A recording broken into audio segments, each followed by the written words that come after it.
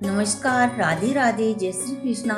दर्शकों, आज हम आपके लिए माघ मास महात्म्य के 7वें दिन की कथा लेकर आए हैं। इससे पहले हमने माघ मास महात्म्य के 6 दिन की कथा के वीडियो अपने चैनल पर डाल रखे हैं, जिन्हें आप मेरे चैनल पर देख सकते हैं।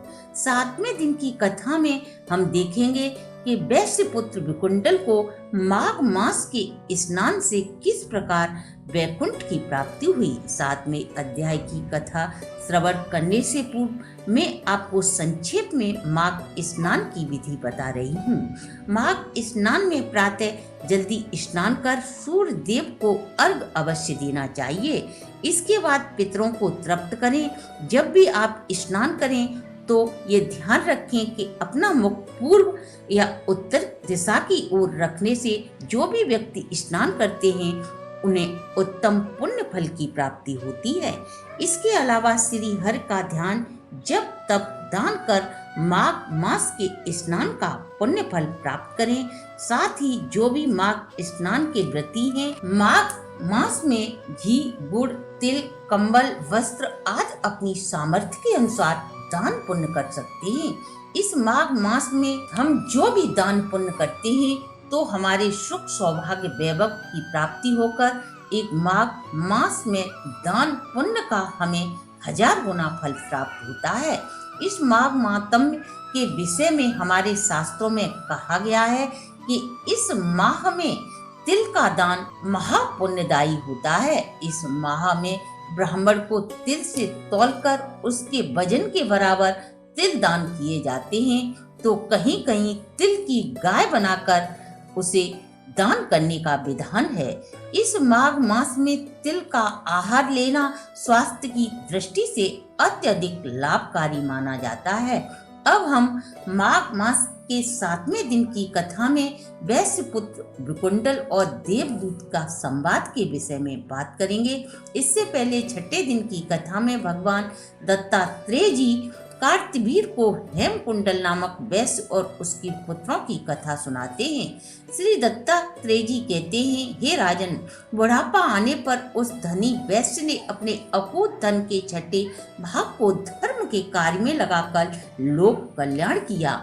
उसके 2 पुत्र थे, कुंडल और विकुंडल। जब उस वैश्य के पुत्र युवा हुए तो वह धर्मात्मा वैश्य सभी कार्यभार अपने पुत्रों को सौंपकर वन में तपस्या करने चला गया और वहीं तपस्या में लीन वह धर्मात्मा वैश्य श्री हरि के चरणों में लीन होकर सदा सदा के लिए स्वर्ग सिधार गया। इधर वैश्य की मृत्यु के बाद उसके दोनों पुत्र अपने रूप, सौंदर्य व धन के मद में चूर होकर बुरे कार्यों में अपने पिता का अपूर्व धन व्यसनों में खर्च करने लगे। इस प्रकार थोड़े ही दिनों में उनका समस्त धन खत्म हो गया तो उन्होंने चोरी करना व लोगों से उधार मांगना आरंभ कर दिया। जब लोगों ने उन्हें उधार धन देना बंद कर दिया तो वे जंगल में रहने लगे और जंगली जानवरों का शिकार कर मांस भक्षण करने लगे। एक दिन बड़े भाई शिकार की तलाश में जा रहा था, उसे शेर खा गया और वहीं छोटे भाई को सर्प डस लेता है। जब वे दोनों मर जाते हैं तो यमराज के दूत उन्हें लेकर धर्मराज के दरबार में जाते हैं और धर्मराज से कहते हैं, इन पापियों का क्या करना है। तब चित्रगुप्त से धर्मराज उनके पाप पुण्यों का लेखा जोखा पूछते हैं और दूतों को आज्ञा देते हैं कि एक को घोर नरक में लेकर जाओ और दूसरे को स्वर्ग में लेकर जाओ, जहाँ पर उत्तम भोग हैं। तब यमराज की आज्ञा पाते ही दूत ऐसा ही करते हैं। दत्तात्रेय जी कहते हैं, हे राजन, बड़े भाई को रौरव नामक भयानक नरक में फेंका गया और वहीं छोटे भाई को सुंदर वचन बोलते हुए दूत बोले, हे विकुंडल, तुम मेरे साथ स्वर्ग में चलकर अपने कर्मों से किए गए दिव्य भोगों को भोगो। दूतों के मुख से ऐसे शब्दों को सुनकर विकुंडल को बड़ा आश्चर्य होता है। वह सोचने लगता है कि किस कारण मुझे स्वर्ग की प्राप्ति हुई है।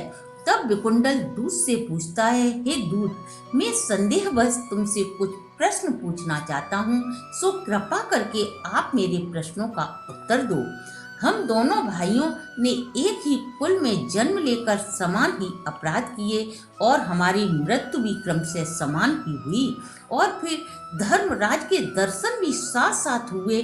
फिर मेरे बड़े भाई को घोर नरक और मुझे स्वर्ग किस पुण्य फल के कारण प्राप्त हुआ है। विकुंडल के ऐसे प्रश्नों को सुनकर दूत बोला, जिस प्रकार एक वृक्ष पर अनेक प्रकार के पक्षियों का आगमन होता है, उसी प्रकार इस संसार रूपी वृक्ष पर पुत्र, पत्नी, माँ बाप, भाई बहन आदि के जन्म का कारण समागम होता है। हे वैश्य, मैं आपसे सच सच कहता हूँ कि मनुष्य का जन्म मात्र कर्म फल भोगने के लिए होता है। इस पृथ्वी पर जो मनुष्य पूर्व भक्ति कर्म करता है, या यूं कहिए कि अपने द्वारा किए गए कर्मों के फलों को वह बार बार भोगता है।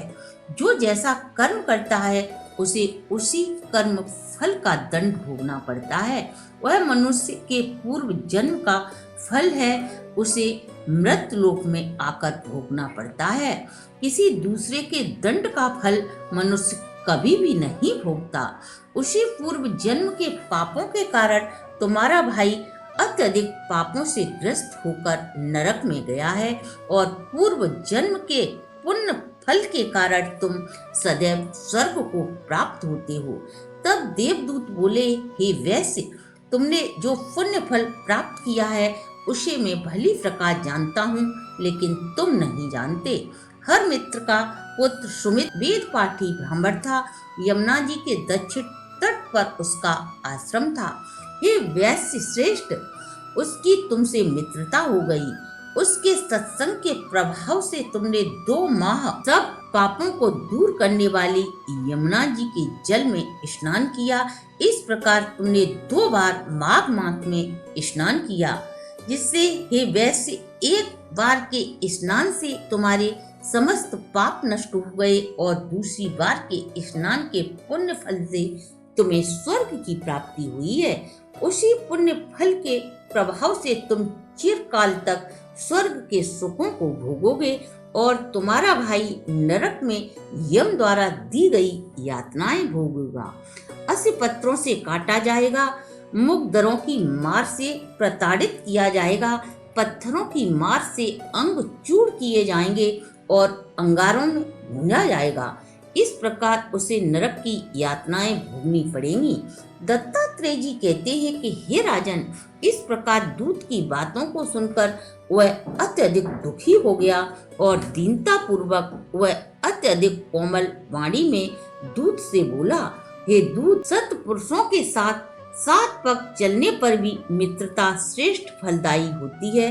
अतः अब मित्रता का भाव विचार कर तुम मुझ पर कृपा करो। हे सर्वज्ञ, मैं तुमसे यह सब सुनना चाहता हूँ, सो कृपा करके कहो कि मनुष्य कौन सा कर्म करने से यमलोक के दर्शन नहीं करते, अर्थात बुरी गति को प्राप्त नहीं होते। दर्शकों, इसके साथ ही 7वें दिन की कथा को हम यहीं विश्राम देते हैं। आगे की कथा 8वें अध्याय में सुनेंगे। यदि आपको हमारी वीडियो अच्छी लगी हो तो आप हमारे चैनल को लाइक, सब्सक्राइब और शेयर करें।